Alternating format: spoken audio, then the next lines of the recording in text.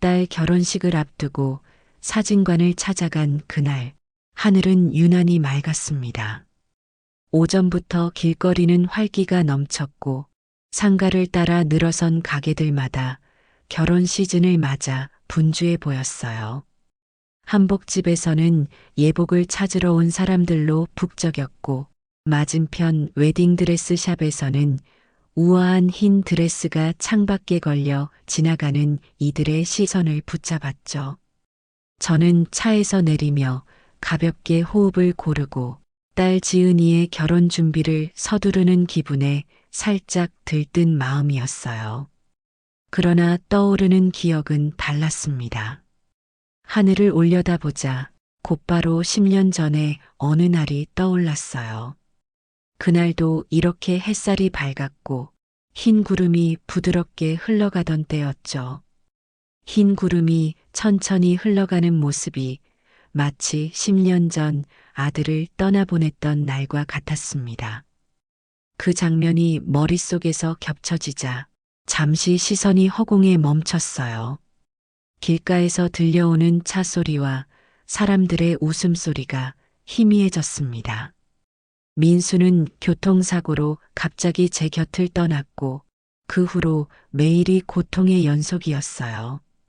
상실감에 빠져 살아온 세월이 너무 길게만 느껴졌습니다. 아이를 잃었다는 사실을 받아들이는데 많은 시간이 걸렸지만 결국 인정할 수밖에 없었죠.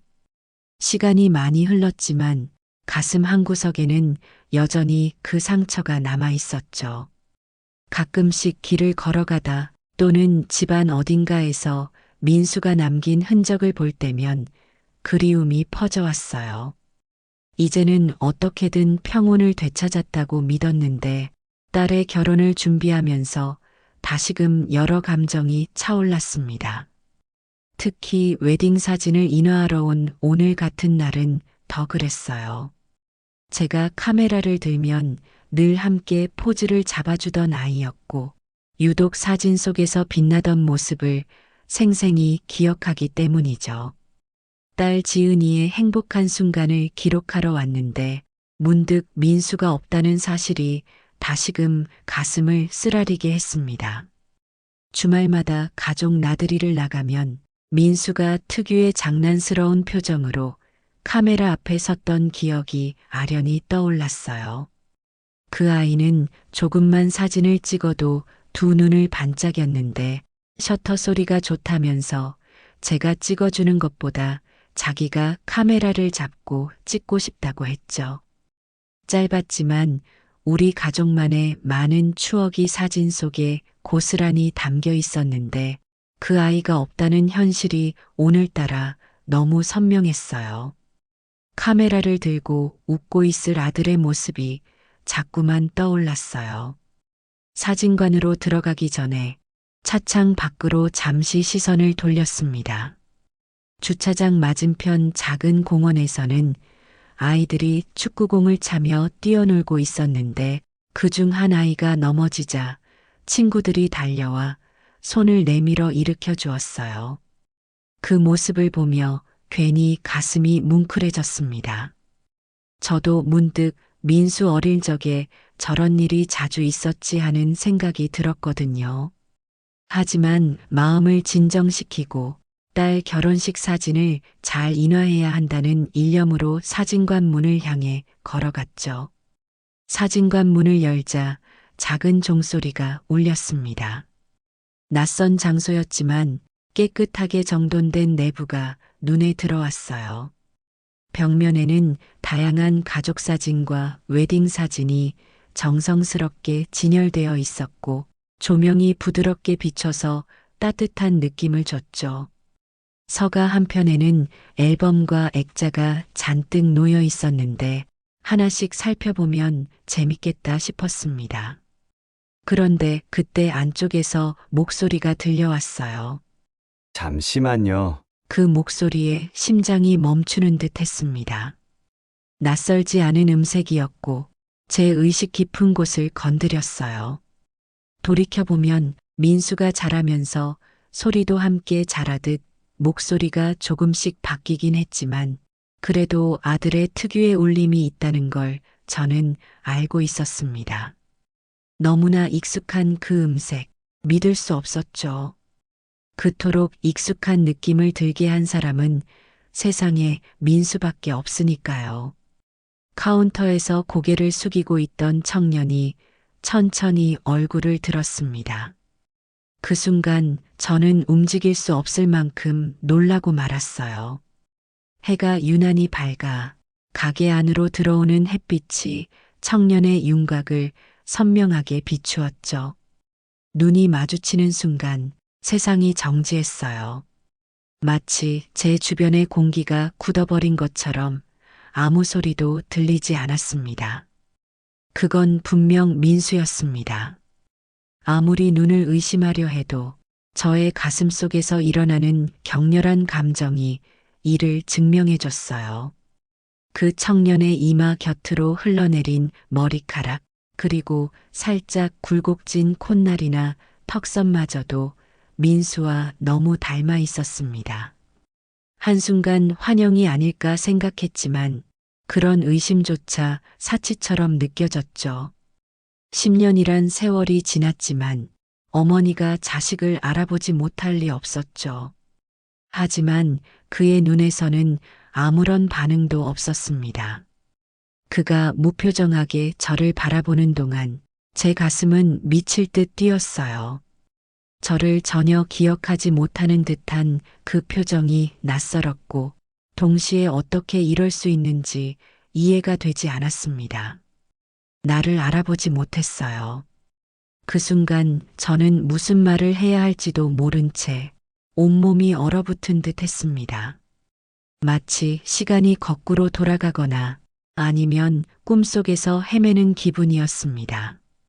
분명 사진관에 들어오기 전까지만 해도 이런 일은 있을 수 없다고 생각했는데 제 눈앞에서 일어나고 있는 현실이 너무 극단적으로 느껴졌어요. 사고로 아이를 떠나보냈다는 사실을 몇 번이나 되새기며 이건 착각일 거야 라며 마음을 수습하려 했습니다. 하지만 또렷하게 눈앞에 서 있는 청년을 외면할 수 없었죠. 주변에서는 주문하러 온 손님들이 잠깐의 기다림에 조용히 서성이고 있었지만 저에겐 아무것도 보이지 않는 것처럼 느껴졌어요. 온 신경이 카운터 뒤에 서 있는 그 청년에게만 쏠려 있었습니다. 사진이나 도와드릴까요? 그가 물었습니다. 당황스럽고 충격적이라 제 입술이 달싹거렸으나 실제로 소리가 나오기까지 한참 걸렸어요. 목소리는 떨렸지만 말을 이을 수 없었어요. 억지로라도 한마디를 꺼내야 했지만 머릿속에선 수많은 생각이 뒤죽박죽 되었습니다. 옆에서 다른 손님이 저를 힐끗 보길래 얼른 입을 떼야 한다고 스스로 다그쳤죠. 잠시 후 겨우 대답했습니다. 네, 딸 결혼 사진이에요. 이 말을 내뱉기까지 가슴속이 터질 듯 조마조마했어요. 입술이 바짝 마르고 손끝에 땀이 맺혔습니다. 모든 행동이 낯설게 느껴졌죠. 그는 미소를 지으며 컴퓨터 작업을 시작했죠. 그의 미소는 예전 민수의 천진한 웃음을 연상시키듯이 따뜻했습니다. 그러나 동시에 낯선 성인의 얼굴이 겹쳐져 묘한 위화감을 일으켰어요.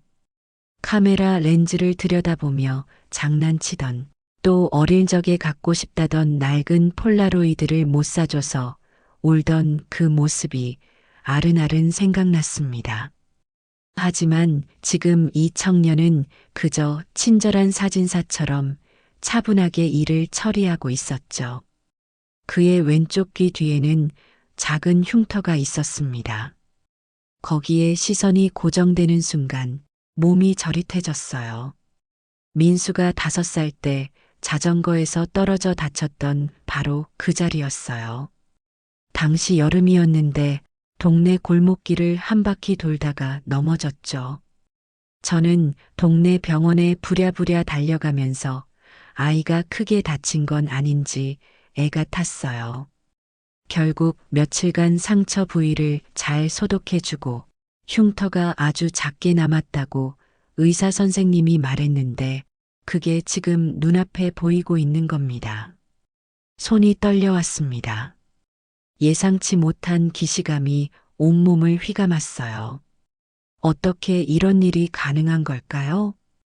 당시에 분명 아이를 잃었다고 장례 절차까지 마쳤는데 제 눈앞에 있는 청년이 민수라니 도무지 이해하기 힘들었습니다. 장례식도 치렀는데 민수는 분명히 이 자리에 살아 있었어요. 하지만 그는 저를 전혀 기억하지 못하는 것처럼 보였고 저는 더 이상 무슨 말을 이어갈 용기도 없었습니다. 사진 인화를 맡기는 것도 잊을 뻔했지만 겨우 봉투 안에 든 USB를 건넸죠. 파일을 확인해 볼게요. 청년이 컴퓨터에 끼우는 동안 저는 무심결에 주위를 둘러보며 또 다른 단서를 찾으려 했습니다.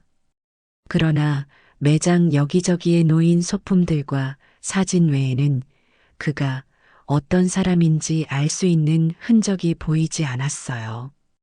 흉터 하나만으로도 제 심장은 충분히 파동쳤고 상황은 이미 믿기 힘든 미스터리였습니다. 그 사이 매장에 들어온 다른 손님에게 청년이 먼저 안내를 해주고 다시 제게 돌아왔어요. 짧은 순간이었지만 저는 끝없는 고민에 사로잡혔죠. 정말 민수가 살아있는 건가? 아니면 너무 닮은 사람일 뿐인가 하는 의심도 들었습니다. 하지만 머릿속에서는 민수라는 이름이 떠나지 않았어요. 장례를 치렀던 때, 영정사진을 끌어안고 오열했던 시간, 그리고 그 후유증으로 몇 달을 시금전폐했던 저 자신이 떠올랐습니다. 그런 시간을 견뎌낸 뒤, 이제는 안정을 되찾았다고 믿었는데, 운명은 다시 저를 심연으로 끌어들이려는 듯 했죠. 이 사진들 얼마나 걸릴까요? 하고 묻고 싶었지만 제 목소리가 잘 나오지 않아 그냥 청년이 작업하는 모습을 바라보기만 했어요. 그는 마우스를 조작하며 조용히 파일 목록을 확인하고 필요한 작업을 빠르게 진행해 나갔습니다. 한참 후 저는 어느 정도 호흡을 가다듬고 인화를 끝내면 어느 정도 시간을 기다려야 하는지 조용히 물어봤어요. 사진이 완성되기 전까지 이곳을 떠나고 싶지 않은 마음이 컸습니다. 그와 조금이라도 더 시간을 보내고 싶었기 때문이죠. 잠시 후 청년은 프린터 쪽을 가리켰습니다. 조금만 기다려 주시면 될 것 같아요. 늘어선 프린터에서는 작업 중인 사진들이 차례대로 인화되고 있었고 딸 지은이의 웨딩드레스 모습이 곧 종이 위에 선명하게 드러났어요. 하지만 제 눈은 오히려 청년 쪽을 향했어요. 그가 민수인지 정말 우리 가족의 일원인지 어떻게 확인해야 할지 도무지 갈피가 잡히지 않았습니다. 그러나 왼쪽 귀 뒤의 흉터가 계속 저를 붙잡았어요. 마음속에서는 질문이 계속 맴돌았습니다. 왜 살아있지? 어떻게 된 걸까? 정말 맞는 걸까? 가슴이 한없이 무겁고 동시에 희미한 희망이 섞여 있었습니다. 그저 가만히 있어도 숨이 가빠졌어요. 머릿속에서는 10년 전 민수의 마지막 순간을 떠올리고 다시 현재로 돌아오고 정신없이 왔다 갔다 했습니다. 드디어 인화가 끝나고 청년은 사진들을 봉투에 담아 건넸습니다.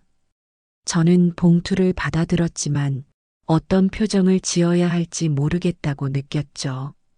분명 기뻐해야 할 딸의 웨딩 사진이었는데 저를 덮친 충격 때문에 웃음이 나오지 않았습니다. 수고하셨어요. 그래도 짧은 인사를 겨우 전하고 사진관을 나섰어요. 가게 문이 닫히는 순간에도 제 시선은 계속 그 청년에게 머물러 있었습니다. 밖으로 나오니 아까보다 해가 훨씬 뜨겁게 느껴졌어요. 몸을 움직이려 해도 발걸음이 잘 떨어지지 않았고 한동안 거리 한가운데서 얼어붙은 듯 서 있었습니다. 스쳐 지나가는 사람들 사이에서 혼자만 세상에 동떨어진 기분이었죠. 어느 정도 정신을 차린 뒤에야 겨우 핸드폰을 꺼내 딸 지은이에게 사진이 잘 나왔다고 문자 한 통을 보냈어요.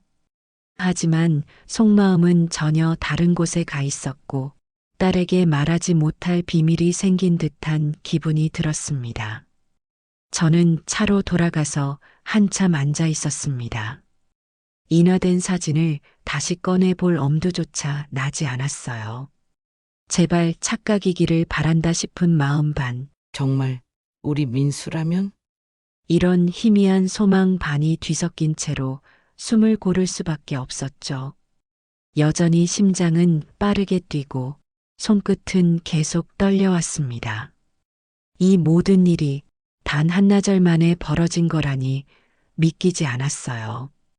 혼란 속에서 앞으로 사진관에 다시 가야 할지 말아야 할지 수십 번을 고민했습니다. 하지만 다른 곳에서도 이날을 맡길 수 있다는 건 알면서도 이상하게 그곳을 포기할 수 없었죠. 혹시라도 진실을 밝혀낼 수 있는 단서를 얻을까 하는 기대감이 저를 끌어당기고 있었거든요. 다만 지금 당장은 너무나 복잡했습니다. 어떻게 해야 할지 고민은 계속됐지만 그 선택은 다음 단계의 일이었죠. 그날 저녁 집으로 돌아와 식탁에 앉았을 때도 가슴은 진정되지 않았습니다. 딸 지은이가 함께 앉아 이런저런 결혼식 준비 이야기를 하는데 제 마음은 콩닥거려 대답이 잘 나오질 않았어요. 곁에 있는 딸에게 사진 잘 나왔다는 것만 전달해주고 그 이상 어떠한 이야기도 할 수 없었죠. 딸은 웨딩 촬영이 마음에 들었다며 즐거워했지만 저는 아무런 표정 변화도 못 보였어요. 그렇게 다음 날이 올 때까지 뜬 눈으로 밤을 지새웠습니다. 하지만 그럼에도 불구하고 저는 아침에 다시 사진관으로 갈 준비를 했어요. 제대로 된 이유를 찾기보다 가야 한다는 마음의 소리가 더 컸습니다. 아들이 살아있다는 엄청난 가능성, 그리고 제가 꼭 알아야 할 무언가가 거기 있다고 믿었죠. 돌아보면 모든 일이 한꺼번에 덮쳐왔지만 그날 사진관 문을 열고 들어선 순간부터 이미 저의 인생은 새로운 국면으로 접어든 것 같았습니다. 그저 제가 확실히 아는 건 하나였어요. 민수를 다시 찾고 싶다는 마음, 혹은 진실이 무엇이든 간에 마주하고 싶다는 결심이었죠. 그날 아침 햇살이 밝았지만 마음은 여전히 무거웠어요. 머릿속에는 사진관에서 만났던 청년의 얼굴이 계속 맴돌았고 정말 민수가 맞는가라는 의문으로 심장이 쿵쿵 뛰었죠. 그 목소리와 얼굴, 그리고 왼쪽 귀 뒤에 흉터까지 어느 하나 빠짐없이 제 아들을 떠올리게 했습니다. 그러나 그는 저를 전혀 기억하지 못하는 듯 보였어요. 입양된 건지 혹은 다른 이유가 있는 건지 사고로 인해 기억을 잃었을 수도 있다는 여러 가정이 머릿속에서 끊임없이 뒤섞였습니다. 그렇다고 해서 정면으로 내 아들이냐고 물어볼 용기는 없었죠. 지난날의 상처와 혼란이 재현되는 것이 두려웠고, 만약 제가 착각한 거라면 상처만 더 깊어질 것 같았습니다. 그럼에도 불구하고 사진관으로 다시 향했습니다. 차를 몰고 가는 내내 손이 떨려서 운전대가 조금씩 흔들리는 걸 느꼈어요.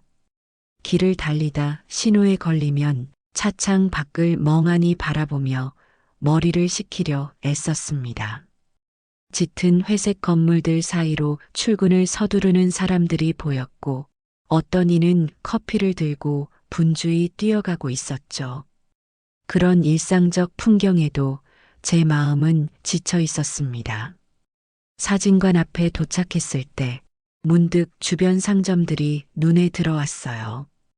바로 옆에는 작은 제과점이 있었는데 활짝 열린 문으로 갓 구워낸 빵 냄새가 솔솔 풍겨 나왔습니다.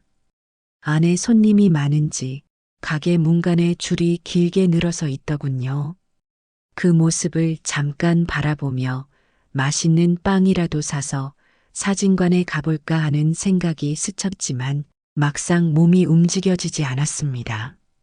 아직은 이런 일상의 작은 일조차도 제게는 여유가 없었죠. 결국 가게 앞을 지나쳐 사진관 문으로 다가갔습니다. 문을 열자마자 맑은 종소리가 딩동하고 울렸고 어제와 크게 달라지지 않은 매장 내부가 시야에 들어왔어요. 어제와 마찬가지로 벽면에는 다양한 사진들이 가지런히 걸려 있었습니다. 가족 사진, 웨딩 사진, 그리고 여행지에서 찍은 듯한 풍경 사진까지 여러 장르가 혼재되어 있었는데 이곳 주인의 사진에 대한 열정이 느껴졌어요. 가게 안에는 이미 몇 명의 손님이 있었고 카운터 주변으로 주인 청년과 다른 직원 한 명이 각각 상담을 돕고 있었습니다. 저는 가만히 서서 청년을 지켜봤어요. 그는 고개를 살짝 숙이고 컴퓨터 화면을 응시하며 무언가를 작업 중이었죠. 전날처럼 한쪽 머리카락이 이마 쪽으로 흘러내려 왼쪽 귀가 약간 가려진 상태였습니다. 그러나 목을 살짝 돌릴 때마다 보이는 흉터는 제 눈을 떼지 못하게 했어요.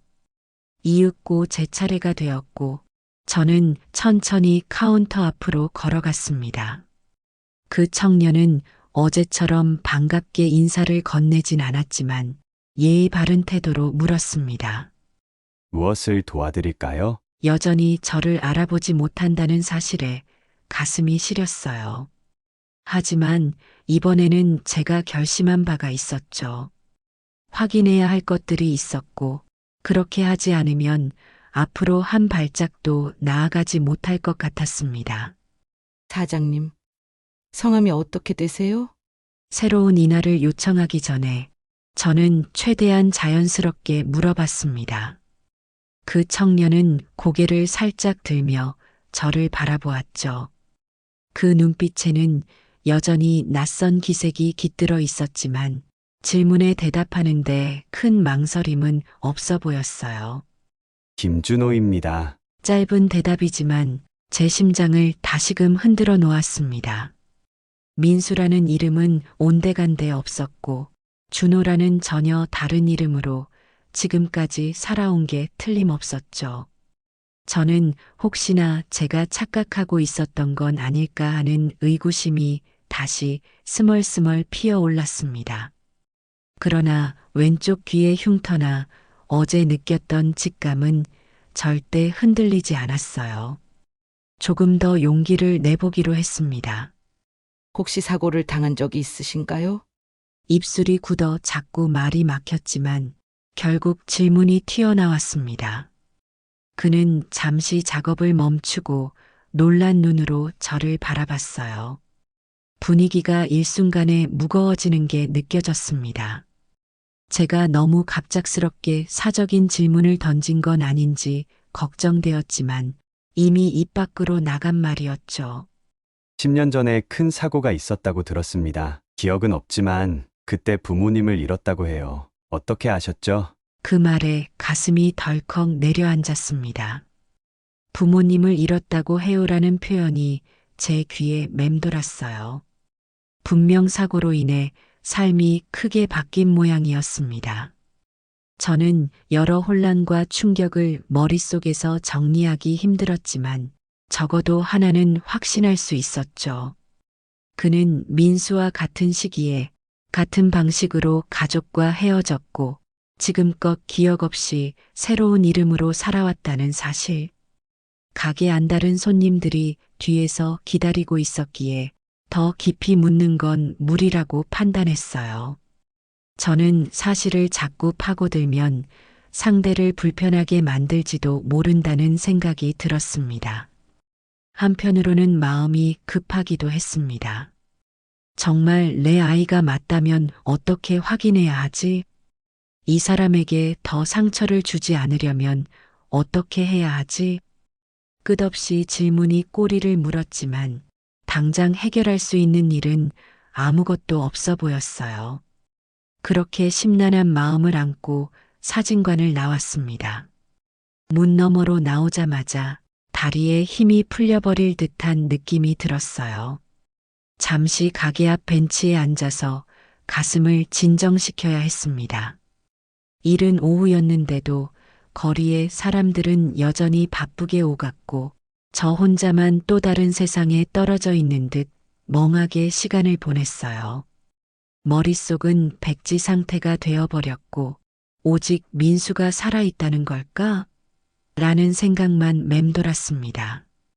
이후로 저는 집에 돌아가 딸 지은이에게도 대놓고 말하지 못한 채 속을 알았습니다. 딸이 결혼 준비가 한창이다 보니 괜한 걱정을 끼치고 싶지 않았어요. 게다가 아직 확실한 증거 없이 모든 걸 털어놓았다가 저 역시 더 큰 혼란을 맞을까 두려웠죠. 하지만 사진관에서 김준호라는 새로운 이름과 그 사고 이야기를 들은 이상 제가 포기할 수는 없었습니다. 그의 표정과 목소리, 그리고 사고로 부모를 잃었다는 가슴 아픈 배경이 도저히 다른 사람일 리 없다는 확신을 더욱 키웠어요. 그날 이후로 매일 사진관을 찾았습니다. 시간이 걸리더라도 혹은 아무 수확이 없더라도 저는 그곳에 가야만 했어요. 처음엔 의아해하던 준호도 점차 저에게 마음을 열기 시작했어요. 차 한 잔을 나누며 그의 이야기를 들었습니다. 사고 후 그를 발견한 노부부가 키웠다고 했죠. 원래 가족에 대한 기억은 전혀 없었습니다. 그의 방에는 항상 카메라가 있었고 사진 찍는 것이 유일한 위안이었다고 했어요. 민수도 어릴 때부터 사진 찍는 것을 좋아했습니다. 유전자는 속일 수 없는 법이었죠. 사실 저는 매일같이 사진관을 방문한다는 것에 스스로도 놀랐습니다. 평소 같으면 다른 곳을 가거나 딸의 결혼식 준비로 더 분주하게 돌아다녔겠죠. 하지만 이상하게 발걸음이 저절로 사진관으로 향했어요. 처음 며칠간은 저를 바라보는 준호의 시선이 조금 경계심을 띠기도 했습니다. 하루가 멀다 하고 오는 손님이니 의아할 만도 했죠. 특히 사진 인화를 매일 시킬 수도 없는 노릇이라 저는 이것저것 이유를 붙여 주문을 만들었습니다. 딸 결혼식 축가 연습 사진, 친구들 모임에서 찍은 스냅 사진, 오래된 필름 사진 복원 등 굳이 부탁하지 않아도 되는 일까지 가져갔어요. 그러면서 조금씩 준호와 대화를 나눌 기회를 늘려갔습니다. 어느 날은 사진관 문을 열고 들어가니 구석 쪽에서 조그만 소동이 벌어져 있었습니다. 한 중년 부부가 맞춤 액자 제작을 부탁했는데 사진 크기가 애매한 탓인지 어쩔 줄 몰라 하더군요. 준호는 침착하게 액자 샘플 몇 개를 꺼내어 비교해보며 부부를 돕고 있었어요. 그 모습을 보면서 저 아이는 참 자상하고 친절하구나 하는 생각이 들었죠.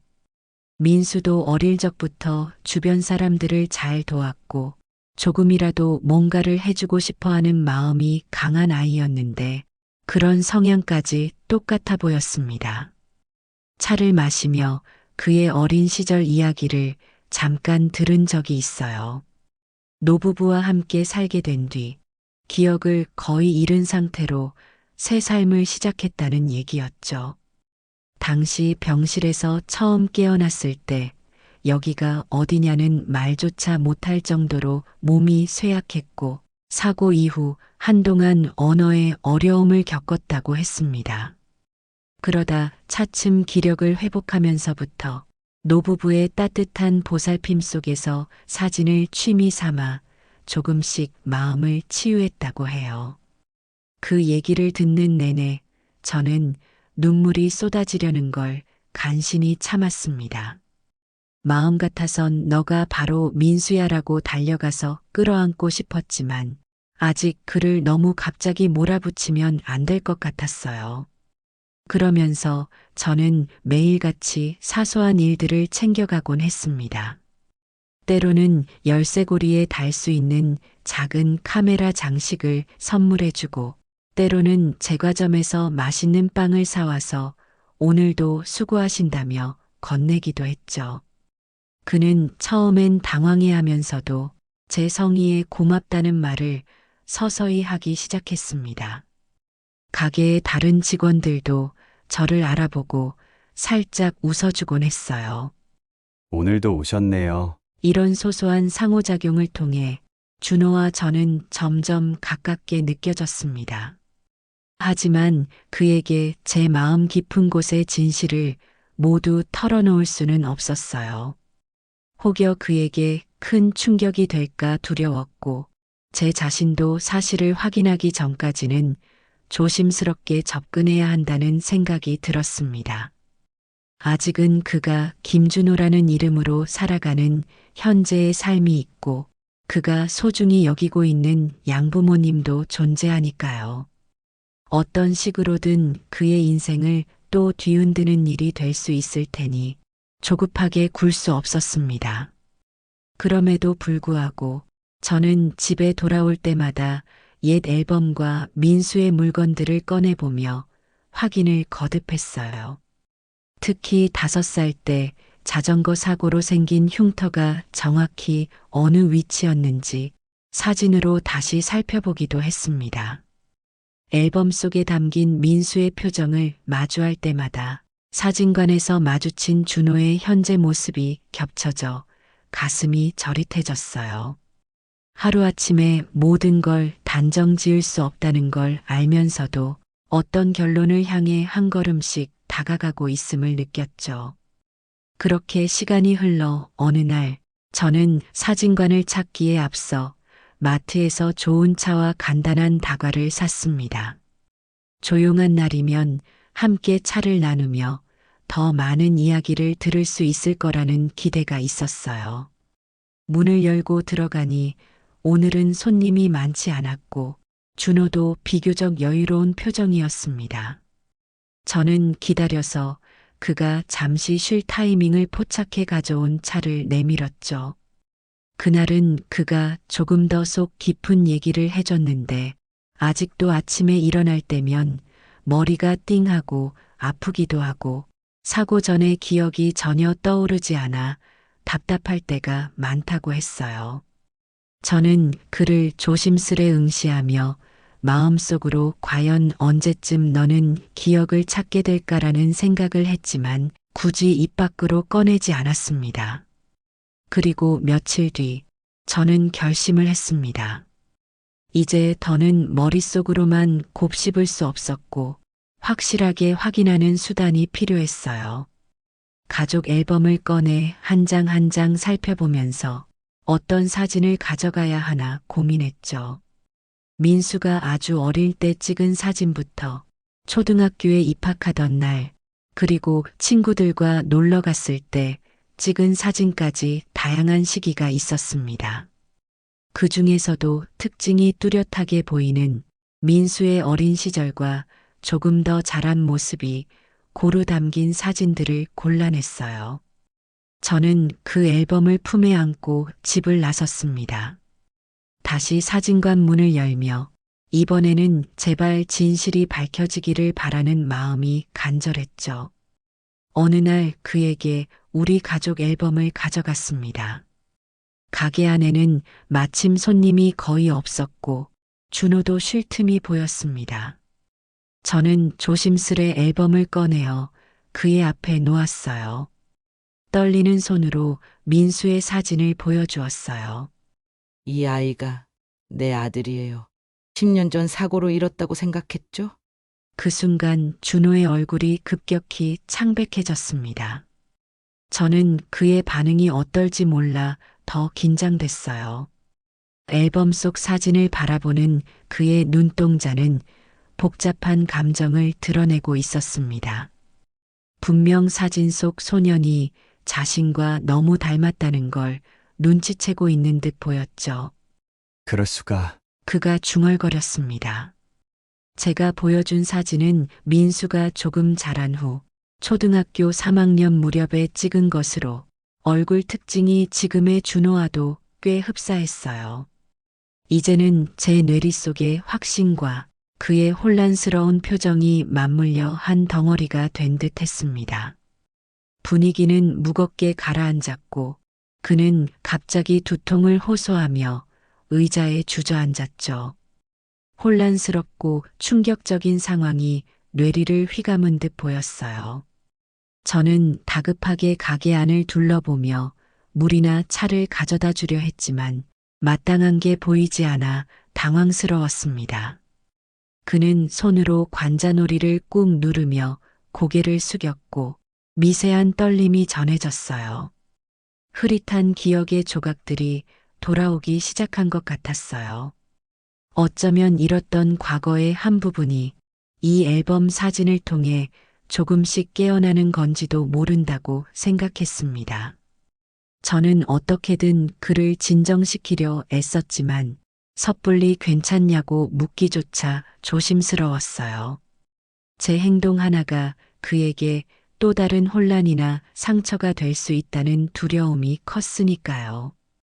한참 동안 숨을 고르던 그가 눈물을 머금은 채 고개를 들었어요. 두 눈가가 잔뜩 붉어져 있었습니다. 입술이 떨리는 듯 보였고 뭔가 말하고 싶어 하는 기색이 역력했죠. 그때 가게 안은 너무 조용해서 그의 작은 숨소리조차 크게 들리는 것 같았습니다. 엄마, 그가 눈물을 흘리며 말했습니다. 짧은 한마디였지만 저는 그 순간 온몸이 무너져 내리는 듯한 전율을 느꼈어요. 상상만 해왔던 상황이 눈앞에서 펼쳐지자 말로는 형언하기 어려운 감정이 폭발했죠. 10년간의 그리움, 죄책감, 슬픔, 그리고 희미한 희망마저 뒤섞여 가슴이 뻐근하게 아팠습니다. 가게 내부에 있던 다른 직원이 무슨 일인지 눈치를 챘는지 잠시 뒤로 물러났어요. 공간은 둘만의 시간이 된 것 같았지만 정작 저는 아무 말도 하지 못했습니다. 민수의 엄마 라는 한마디 뒤로 저희 둘 사이에는 긴 침묵이 이어졌어요. 사진관 한쪽 구석에 놓여있던 앨범은 아직도 펼쳐진 채 어린 민수의 사진을 그대로 보여주고 있었죠. 서로를 바라보며 흐느끼기만 하다가 가까스로 눈물을 닦고 앉았는데도 말이 쉽게 나오지 않았습니다. 마음속은 온통 뒤엉켰고 머릿속은 텅 비어버린 듯 했죠. 어찌할 바를 몰라 얼어붙은 저와 달리 민수는 의자에 한 손을 짚고 크게 숨을 내쉬었어요. 그의 얼굴에는 여전히 혼란스러운 빛이 서려 있었지만 동시에 엄청난 감정이 솟구치고 있다는 걸 느낄 수 있었죠. 마치 갑작스러운 파도가 밀려와 온몸을 덮치듯 그가 겪는 동요가 눈에 훤히 보였습니다. 가게 안에는 다른 직원도 있었지만 모두 어찌할 줄 몰라 잠시 자리를 비켜줬어요. 적막함이 감돌았고 우리는 한동안 앉은 채로 숨소리만 서로에게 들려주었죠. 곧 민수가 떨리는 목소리로 입을 열었습니다. 이런 일이 어떻게 가능하죠? 분명 어릴 때 큰 사고가 있었다고는 들었는데. 그 말을 꺼낼 때 그의 시선은 앨범 속 민수로 향해 있었어요.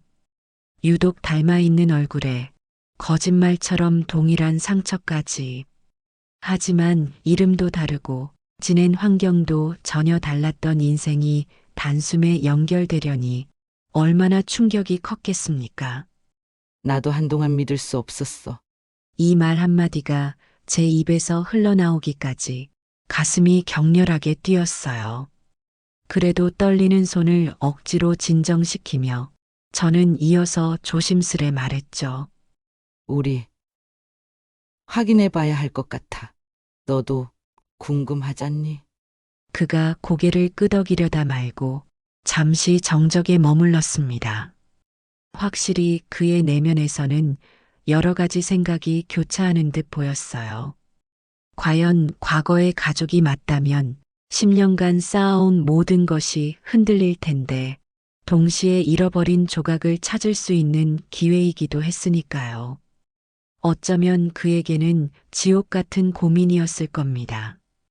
잠시 후 민수는 시선을 앨범 속 사진과 제 얼굴 사이에서 번갈아 움직이며 낮게 속삭였어요. 그럼 어떻게 하면 좋을까요? 그 순간 이 아이에게 무리한 요청을 하고 있는 건 아닐까 하는 죄책감이 스쳤습니다. 하지만 이미 상황은 돌이킬 수 없는 곳까지 왔고 무엇보다 저 자신조차도 명확한 확증을 원하고 있었죠. 분명하다고 느끼면서도 그래도 확실히 해야 한다는 마음이 동시에 있었거든요. DNA 검사를 해보자. 제 입에서 나온 말에 민수는 눈을 크게 떴어요. 그리고 이내 고개를 숙인 채 긴 숨을 내뱉었죠. 그렇지만 반박하거나 거절하지는 않았습니다. 아마 속으로는 이미 이 가능성을 어느 정도 예상하고 있었을지도 몰라요. 가게 밖으로 나오니 햇살이 눈부시게 쏟아지고 있었습니다. 시간은 생각보다 많이 흘러 어느덧 늦은 오후였죠. 거리에는 퇴근을 서두르는 차들이 빽빽이 늘어서 있고 골목길을 달리는 오토바이 소리까지 더해져 소란스러웠어요. 그 와중에 민수와 저는 나란히 서서 약속 없이도 함께 걸음을 옮겼습니다. 얼마쯤 걷다 보니 근처에 조그만 공원이 있었습니다. 벤치 몇 개가 놓여 있고 아이들이 뛰어노는 놀이터가 보였죠. 민수는 그곳에 시선을 두더니 잠깐 들어가 보고 싶다는 듯 발길을 옮겼어요. 공원에 앉아 아이들의 모습을 물끄러미 지켜보니 어릴 적 민수의 장난기 많던 표정이 다시금 떠올랐습니다. 하지만 이제 제 옆에 있는 청년은 어엿한 성인이고 세월이 많이 지나버렸죠. 사실 자꾸만 머리가 아파요. 벤치에 앉자 민수가 조그맣게 털어놓았어요. 기억이 뒤엉키는데 딸은 두통이겠죠. 저는 그 말에 안쓰러운 마음이 들어 다정하게 등을 토닥이고 싶었지만 섣불리 손을 뻗지 못했습니다.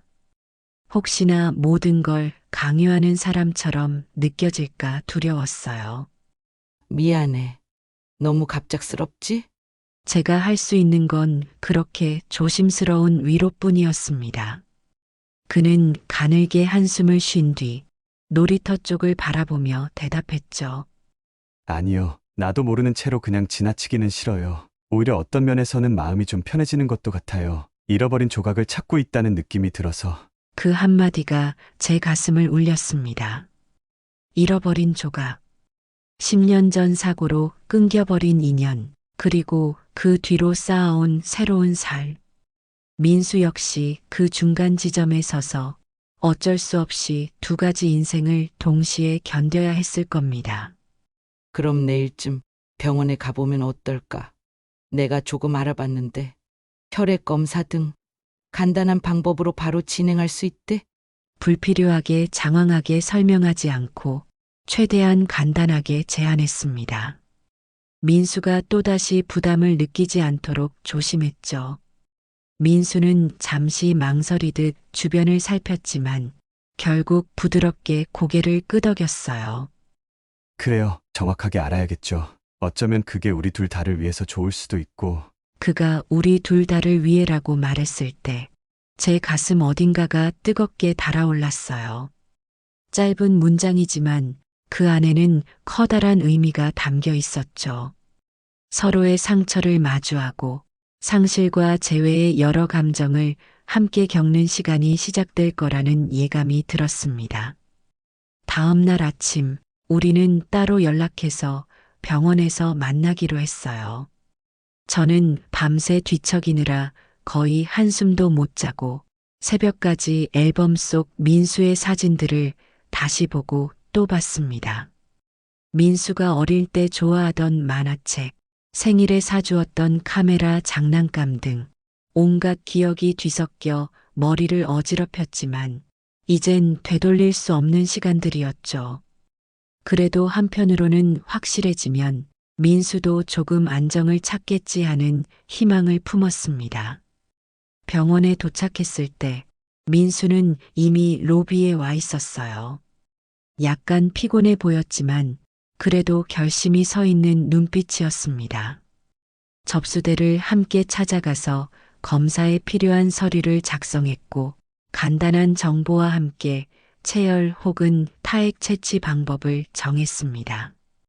간호사는 절차를 자세히 설명해 주면서 결과가 나오기까지는 조금 시일이 걸릴 수 있다고 알려줬어요. 우리는 서로 얼굴을 마주보며 씁쓸한 미소를 지었죠. 어느 누구도 이런 상황을 겪으리라고 상상해 본 적이 없을 테니까요. 검사를 마치고 복도에 나와서 민수가 깊은 숨을 내쉬었습니다. 긴장되네요. 결과가 확 나오면 어떻게 될까? 저는 민수 옆에 서서 창밖을 바라봤어요. 건물 밖으로 내리쬐는 햇살이 한층 부드럽게 느껴졌는데 제 마음은 여전히 무거웠습니다. 무슨 결과가 나와도 괜찮아. 그냥 너에게 더 이상 혼란을 주지 않았으면 좋겠어. 사실 제 진심은 반드시 내 아들이 맞다고 나왔으면이었지만 지금 그에게 그런 말을 할 수는 없었죠. 민수는 무표정하게 창밖을 바라보다가 작게 중얼거렸어요. 언젠가부터 분명히 잊지 못한 뭔가가 있다고 느꼈거든요. 가끔씩 꿈속에서도 누가 날 불렀는데 목소리가 선명하지가 않았어요. 저는 가슴이 뻐근해지는 걸 느꼈습니다. 어느새 잃어버린 아이를 부르며 울던 제 목소리가 그의 꿈속에 희미한 메아리로 남아 있었는지도 모르겠어요. 하지만 지금은 괜히 민수를 더 울리게 될까봐 차마 그 말을 꺼내지 않았습니다. 검사실 앞에서 서로 잠깐 눈을 마주쳤을 때 그가 흐릿하게 미소 지으며 작게 말했죠. 우리 결과 나오면 다시 이야기해요. 그 말이 주는 묘한 안도감이 있었습니다. 앞으로 어떤 결과가 기다리더라도 적어도 민수는 도망치지 않고 이 문제를 마주할 준비를 하고 있다는 뜻처럼 들렸으니까요. 저 역시 검사를 마치고 나니 한결 마음이 가벼워지는 기분이 들었습니다. 많은 시간이 걸렸지만 드디어 우리가 민수와 나라는 관계를 다시 확인할 수 있는 기회를 잡은 셈이니까요. 그 후로 며칠은 기다림의 시간 그 자체였어요. 저는 집에서 무슨 일에든 집중하기 어려웠고 밥맛조차 없었죠. 엄마, 어디 아파요? 딸 지은이가 곁에서 걱정했지만 아직은 제대로 설명할 수 없었습니다. 오직 곧 결과가 나오겠지 하는 생각만 반복하며 휴대폰을 곁에 두고 민수에게 연락 올 때마다 깜짝깜짝 놀라곤 했어요. 마침내 병원으로부터 검사가 완료됐다는 연락을 받았을 때 제 심장이 바닥으로 떨어지는 느낌이 들었습니다. 이제 진실을 외면할 수 없는 순간이 다가온 거였어요. 결과를 함께 확인하기로 한 우리는 다시 한번 병원을 찾기로 했죠. 이 모든 과정을 통해 민수와 저는 너무나 많은 감정 소모를 했지만 동시에 피할 수 없는 결단도 내렸습니다. 그렇게 우리에게 닥친 불확실성과 희망이 맞물린 시간이 흘렀고 드디어 다음 장이 열리려 하고 있었습니다. 그 어떤 결과가 나온다 해도 적어도 한 가지는 분명했어요. 우린 서로를 외면하지 않고 머뭇거리지 않고 진실 앞에 당당히 서겠다는 마음이었죠. 드디어 DNA 검사 결과가 나왔습니다. 의심의 여지가 없었어요. 그는 분명 제 아들 민수였습니다. 사고 당시 강물에 떠내려간 것으로 추정됐지만 기적적으로 살아남은 거였죠. 신원불명으로 병원에 입원해 있다가 그를 발견한 노부부가 입양했던 것입니다. 기억은 완전히 사라졌지만 사진에 대한 열정만은 그대로 남아 있었어요. 민수는 혼란스러워했습니다. 새로운 가족과 원래 가족 사이에서 괴로워했죠. 그 검사지를 다시 한번 확인할 때 제 손이 떨렸습니다. 이름란에는 김준호라고 적혀 있었지만 그 옆에 표시된 친자 관계가 너무 명확했어요. 피 한 방울 섞이지 않았을 거라는 세상의 잘못된 판단을 이렇게나 뒤집어버린 증거가 제 눈앞에 있었습니다. 그 서류를 쥐고 병원 복도를 걸어 나오는 순간 과거에 무겁게 드리웠던 그림자가 다시금 밀려오는 것을 느꼈죠. 민수가 정말 살아 있었다니. 몇 번씩 속으로 곱씹어봐도 믿기지 않는 현실이었습니다. 하지만 곧이어 또 다른 무거운 감정이 찾아왔습니다. 민수는 이미 다른 이름으로 다른 부모와 함께 살아왔으니 제가 당장 이제 내 아들이니까 돌아오라고 말할 수 있는 상황이 아니었어요. 생사의 경계를 넘나든 기적을 통해 살아남았다는 사실 앞에서 저조차도 어떤 말을 먼저 꺼내야 할지 막막했죠. 무엇보다 민수는 아무것도 기억하지 못하고 있었고 그도 여전히 혼란 속을 헤매고 있었습니다. 제가 검사 결과지를 건넸을 때 민수는 잔뜩 긴장한 표정을 지으며 서류를 내려다봤어요. 아무래도 사실인가 봐요. 작게 내뱉던 그의 목소리가 떨려 들렸습니다. 그는 노부부에 대한 죄책감, 그리고 제가 친모임을 확신할 수밖에 없는 증거 사이에서 갈피를 못 잡는 듯 했습니다. 그 혼란스러운 눈빛을 바라보니 제가 무슨 말을 하기도 어려웠습니다. 그동안 얼마나 고생했을까라는 마음이 가슴속에서 울컥 치밀었지만 꾹 참아낼 수밖에 없었죠. 결국 그날 저는 병원 근처 카페에 잠깐 들러 따뜻한 차 한 잔을 앞에 두고 민수와 대화를 나눴습니다. 주제는 온통 과거의 파편들이었지만 아무리 이야기를 해도 선명한 답을 얻기 힘들었어요. 민수는 노부부와 살면서도 언제나 무언가 중요한 걸 잃었다는 느낌이 들었다고 했습니다. 어릴 적에도 다른 아이들이 부모에 대해 이야기할 때 가슴 한구석이 시린 기분이었는데 뚜렷한 기억은 없었대요. 오직 사진기에 대한 집착에 가까운 흥미가 그를 지탱해 왔다는 말이 제 마음을 다시 후벼 팠습니다. 민수는 힘겹게 웃었죠. 그게 유일하게 나를 행복하게 해주는 일이었죠. 시간이 좀 더 흐른 뒤 민수는 노부부에게 검사 결과를 전해야 한다고 말했습니다. 저 역시 그분들을 직접 뵙고자 했어요. 제 아이를 살려주셨고 보살펴주신 은인이니까요. 민수는 그 얘기를 꺼내면서도 몹시 부담스러운 표정이었습니다. 그분들은 민수를 진심으로 자식처럼 키웠고 민수 역시 그분들을 존경하며 지냈는데 이제 와서 친모가 나타났으니 미안함과 당혹감이 크게 섞여 있었을 테죠. 병원 근처를 벗어나 각각 집으로 돌아간 뒤 저는 한동안 아무것도 손에 잡히지 않았습니다. 온갖 생각이 스쳐 지나갔고 딸 지은이의 결혼 준비도 제대로 챙기지 못할 정도로 정신이 없었어요. 이제 어떻게 해야 하나? 민수를 다시 우리 가족으로 받아들이려면 어떤 절차가 필요할까? 그 아이의 입장에서는 그저 혼란만 가중되는 건 아닐까? 끝없는 고민 속에서 하루하루를 보냈죠. 그러다 어느 날 민수에게서 전화가 왔습니다. 긴장한 목소리였지만 노부부께 나름대로 상황을 설명했고 그분들이 저를 만나보고 싶어 하신다는 것이었어요. 저는 가슴이 철렁했죠. 고마운 마음과 두려움이 동시에 밀려왔습니다.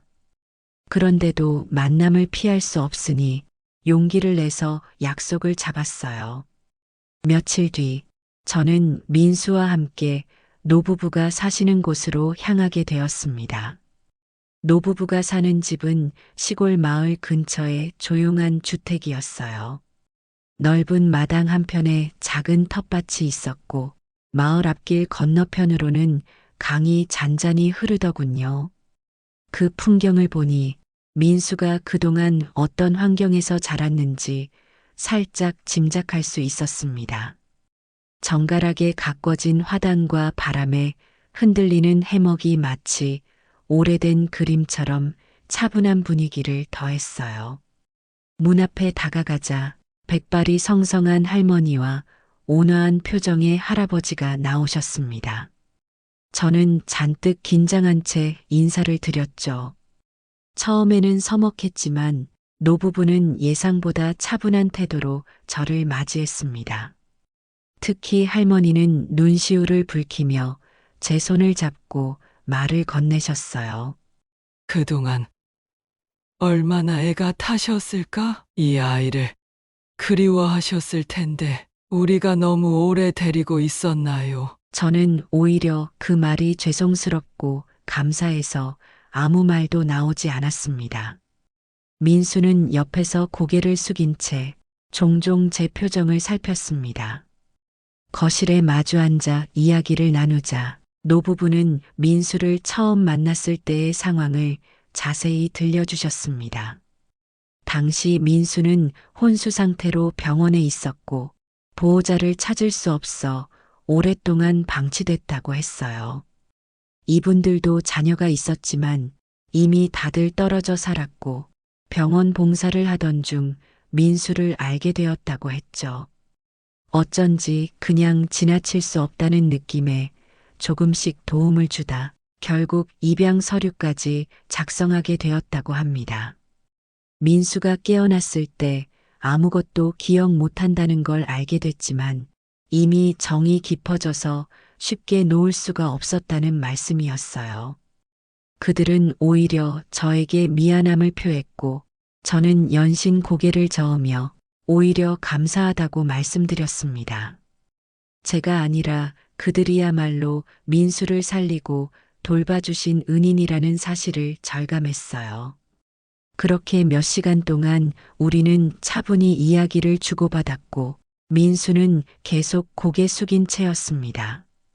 원래 가족을 잃어버린 뒤 또 다른 가족을 만나 자라온 그의 삶 자체가 얼마나 복잡했겠냐는 생각이 들었습니다.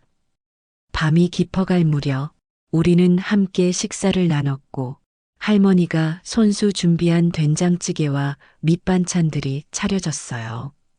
이 집 밥이 정말 맛있어요. 민수가 쑥스러운 듯씩 웃었는데 그 모습을 보며 저도 모르게 눈시울이 다시 뜨거워졌습니다. 아이를 키우면서 매일 밥상을 차려주던 그 시절이 떠올랐고 이곳에서 민수가 얻은 따뜻한 추억이 또 한 번 마음속을 울렸죠. 결국 그날의 만남은 서로에게 한층 깊은 이해와 존중을 남겼습니다. 아직 해결해야 할 문제는 많았지만 어쩌면 우리가 함께 대화를 이어간다면 민수의 양부모님과 저 그리고 민수까지 한 걸음씩 앞으로 나아갈 수 있으리라 느꼈습니다. 민수 본인은 물론 노부부와 저에게도 마찬가지로 쉽지 않은 길이겠지만 이미 엮여버린 인연을 누가 거부할 수 있겠냐는 생각이 들었죠. 그렇게 마음이 조금 정돈된 상태에서 저는 딸 지은이의 결혼 준비에도 다시금 매진했습니다. 조금 전까지만 해도 민수 문제로 잠을 못 이루던 제가 이제는 어느 정도 차분한 마음을 갖게 된 것이 신기했어요. 민수 역시 그 뒤로도 가끔 연락을 주며 노부부의 상황이나 자신의 심경을 솔직하게 털어놓기 시작했습니다. 그가 비록 모든 기억을 잃었어도 생물학적인 가족이 자기 안에 존재한다는 사실을 서서히 받아들이고 있다는 느낌이었습니다. 결혼식이 불과 한 달 남짓 남았을 때 오빠가 생긴다는 게 정말 믿기지 않아. 하지만 너무 설레이는 것 같아. 호기심 어린 눈빛으로 웃었어요. 저는 너무 빠르게 알려줘도 혹시나 충격 아닐까 싶어 망설였는데 딸은 오히려 덤덤하게 받아들였습니다. 엄마, 좋은 일 아니야? 우리 더 큰 가족이 된다는 뜻이잖아. 그 말에 제 마음이 따뜻해졌죠. 민수는 한편으로 결혼식이 가까워지자 자신이 어떻게 행동해야 할지 불안해했습니다. 제가 어떤 요청도 강요하지는 않았지만 그 역시 지은이의 결혼을 축하해주고 싶은 마음이 커 보였어요. 자신을 둘러싼 과거와 현재가 동시에 교차하는 이 상황이 분명 녹록지 않았을 텐데도 말이죠. 딸의 결혼식 날, 민수는 사진사로 참석했습니다. 아직 모든 기억이 돌아오지는 않았지만 조금씩 과거를 받아들이고 있었어요. 식장에서 민수는 자신이 찍은 사진을 보여주었습니다. 그 중에는 10년 전부터 꾸준히 찍어온 해돋이 사진들이 있었죠. 매년 같은 날, 같은 장소에서 찍었어요. 왜인지 모르게 그래야 한다고 느꼈습니다. 그날은 민수가 사고를 당했던 날이었습니다. 영호는 기억하고 있었던 거예요. 눈물이 멈추지 않았습니다.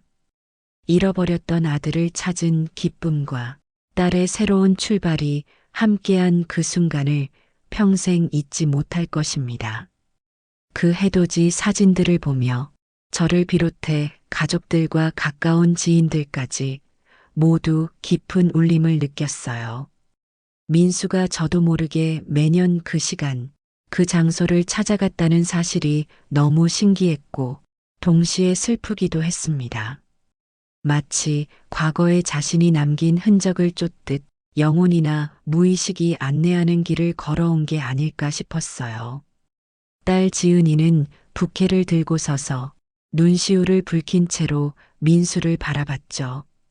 제 딸의 결혼식장 한편에는 웨딩 사진을 찍기 위해 준비된 흰 천과 조명이 있었지만 정작 이날 가장 인상 깊은 사진은 민수가 10년간 찍어온 해돋이였을지도 모릅니다.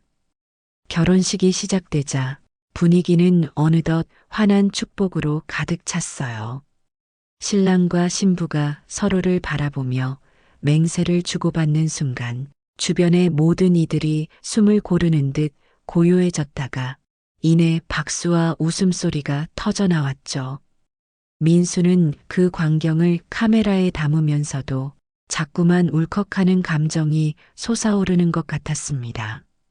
잠시 카메라에서 눈을 떼고 제게 시선을 건네는데 그 순간 우리 둘 모두 말없이 눈물을 훔쳤어요.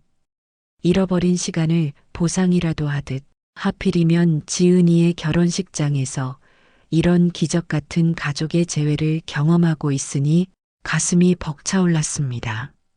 하지만 결혼식이 끝난 뒤 피로 연장으로 자리를 옮겼을 때 민수는 조용히 밖으로 나갔습니다. 저는 재빨리 그를 따라 나섰고 잔디가 깔린 야외 정원 한쪽에서 민수가 고개를 숙이고 서 있는 모습이 보였어요. 가까이 다가가자 그는 작은 목소리로 솔직한 심정을 털어놓았습니다. 엄마, 너무 늦게 돌아왔죠. 내가 너무 늦어서 우리 가족이 한자리에 모였어야 할 때 난 없었잖아요. 그 말에 저도 다시 목이 메었죠. 민수가 잃어버린 10년이라는 세월을 생각하면 누구도 그를 탓할 수 없었습니다. 오히려 미안해하고 슬퍼할 필요가 전혀 없다는 걸 전하고 싶었지만 쉽게 말이 나오지 않았어요. 결국 저는 그의 손을 잡고 말했어요. 하지만 돌아왔잖아. 이제 우리가 함께할 시간이 있어. 민수는 대답 없이 바람에 흩날리는 잔디밭을 내려다봤습니다. 그 순간 무슨 생각을 하고 있었는지, 어떤 감정이 그를 휩싸고 있었는지 전부 알 수는 없었지만 분명 그 표정에는 어딘가 안도감과 동시에 여전히 아련한 슬픔이 서려 있었어요. 결혼식이 끝난 뒤 민수는 한동안 마음을 정리하기 위해 사진관 일에 몰두했습니다. 저도 결혼식을 마치고 어느 정도 한숨 돌린 뒤 차츰 민수의 상황을 걱정하게 됐죠. 딸은 신혼여행을 떠났고 노부부는 시골집에서 민수를 안심시키려 자주 전화를 걸었다고 들었습니다. 하지만 정작 민수는 친가족과 양가족 사이에서 깊은 고민을 거듭하는 중이었어요. 어느 날 민수가 갑자기 조금 떨어져 지내보겠다는 연락을 했습니다. 사진관을 임시 휴업하고 카메라만 들고 여행을 다니고 싶다는 말이었죠. 저는 걱정이 됐지만 민수가 오래 참고 있던 혼란스런 감정을 정리하는 과정일 수도 있겠다고 생각했어요. 노부부 역시 마음 아프지만 그를 응원하겠다고 했고 저도 결정에 동의할 수밖에 없었어요. 그래서 민수는 작게 짐을 챙겨 길을 떠났습니다. 그가 처음 찾은 곳은 바닷가의 작은 도시라고 했습니다. 도착하자마자 숙소를 정하고 매일 새벽 해변에서 카메라를 들고 일출을 기다렸다고 하더군요. 마치 10년간 해돋이 사진을 찍어왔던 것처럼 무언가를 되찾으려는 듯 해변에 쪼그려 앉아 수평선을 응시했다고 전해 들었습니다. 민수는 저나 노부부에게 매일같이 연락을 주지는 않았지만 가끔 한두 줄 정도의 문자를 보내 잘 지내고 있다는 신호를 보냈어요. 그 문자를 받는 순간마다 저는 짧은 안도감을 느꼈죠.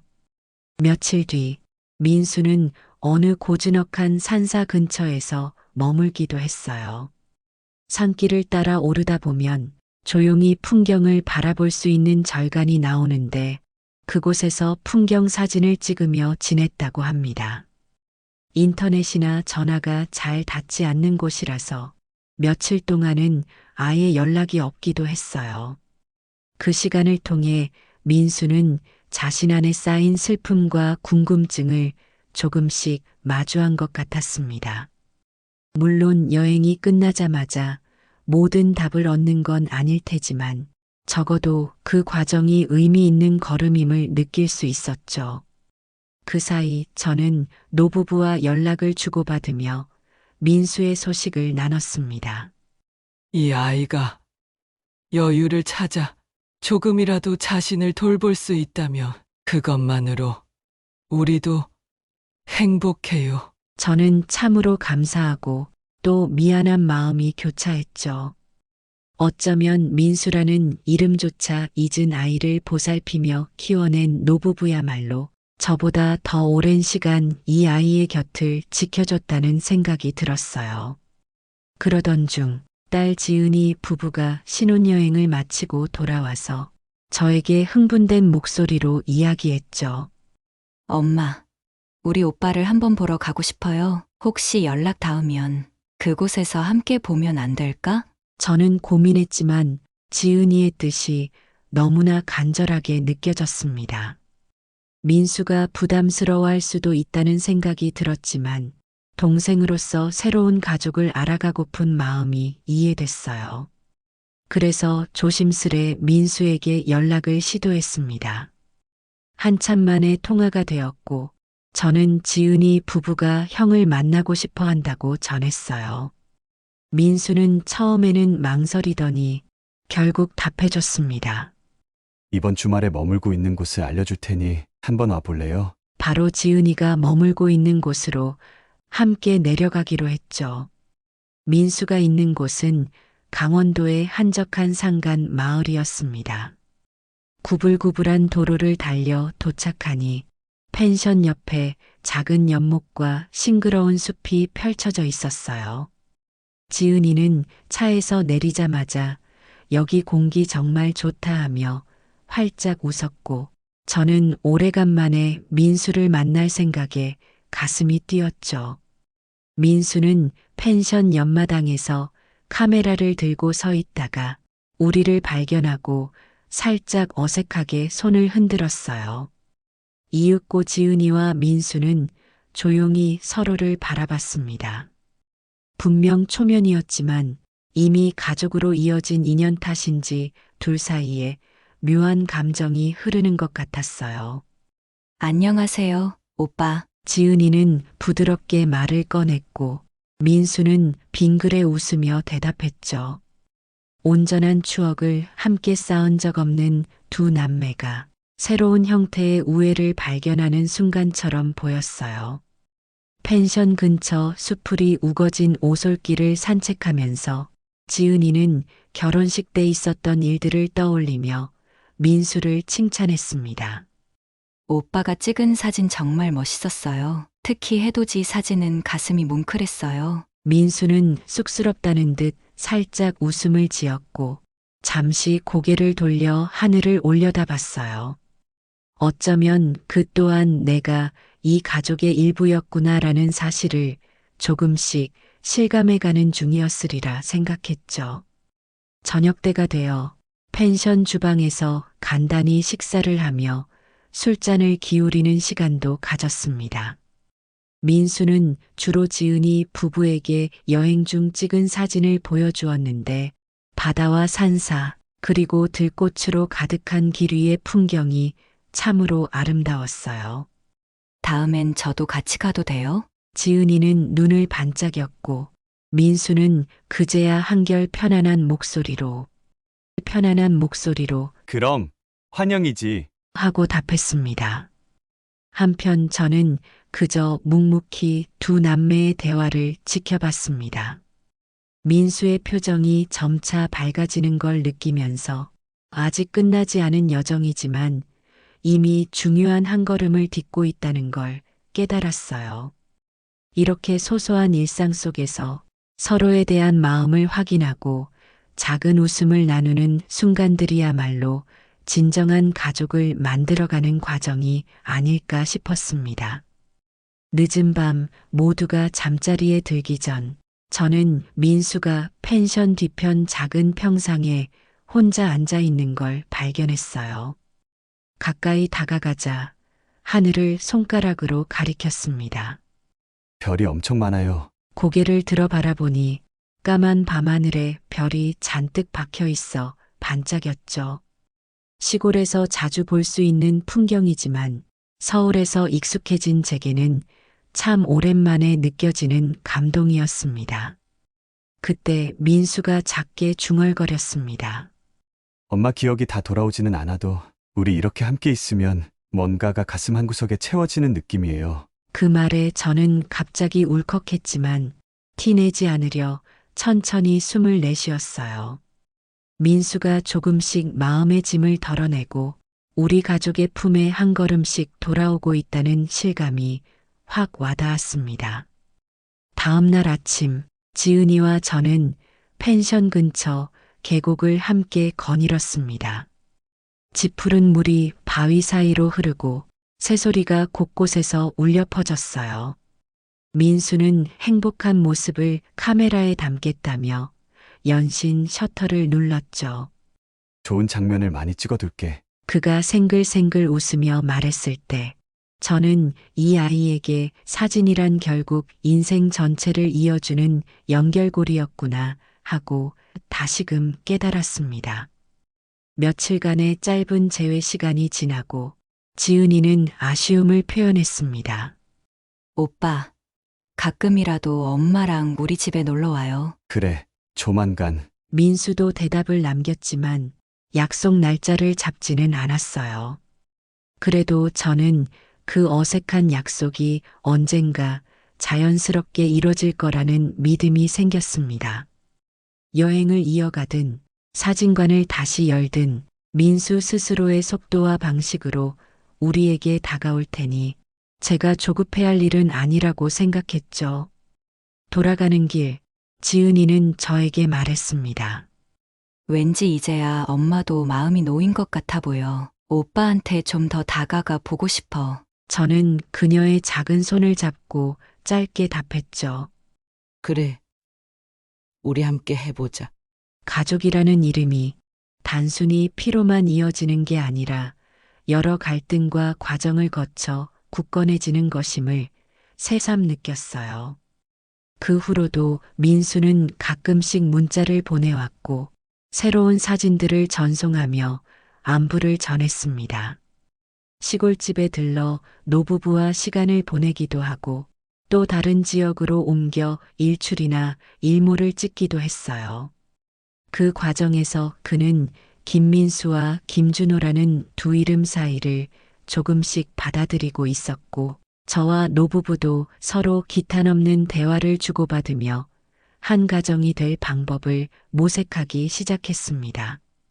그렇게 시간은 조금씩 흘러갔어요.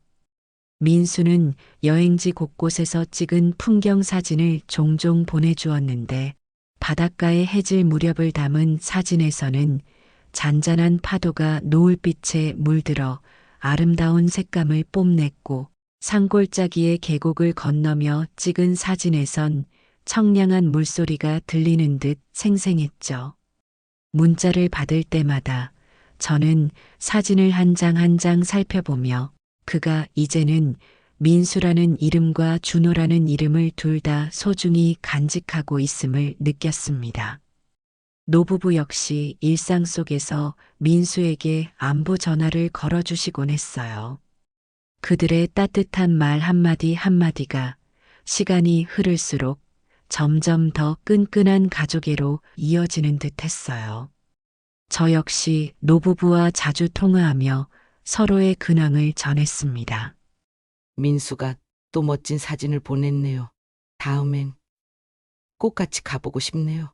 조금씩 쌓여가는 대화 속에서 우리는 각자의 역할에 대해 고민하게 되었습니다.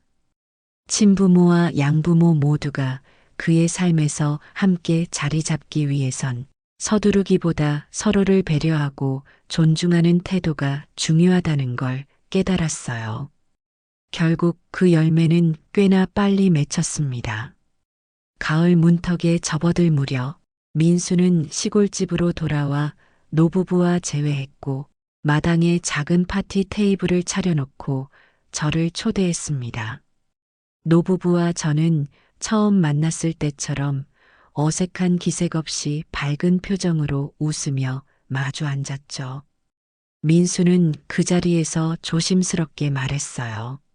저 두 분을 다 부모님으로 모시고 싶어요. 저는 김준호이기도 하고 김민수이기도 하니까요. 그 말 한마디에 모두가 울컥했지만 이내 서로의 손을 꼭 잡고 환한 미소를 지었어요. 오랜 세월을 돌아온 아들과 그 아들을 살려주고 키워준 양부모, 그리고 아이를 잃었다가 되찾은 저까지. 한 테이블에 둘러앉아 따뜻한 밥을 먹고 사소한 일상을 나누는 그 풍경이야말로 우리에게는 가장 큰 행복이었습니다. 마치 이 순간이 오기 위해 인생의 긴 여정을 걸어왔다는 듯 한층 편안한 마음으로 서로를 바라볼 수 있었죠. 이제 민수의 인생에는 두 개의 이름, 그리고 두 개의 소중한 가정이 함께합니다. 서로 다른 길을 걸어왔지만 결국 하나의 길로 이어졌다는 사실에 감사하는 마음이에요. 그리고 딸 지은이도 새로운 출발을 했고 우리 가족은 더욱 단단해졌습니다. 앞으로도 어떤 변화가 찾아오든 우리는 사랑과 믿음으로 서로를 지켜줄 것임을 다짐하면서 긴 여정을 빛으로 채워나가기 시작했답니다.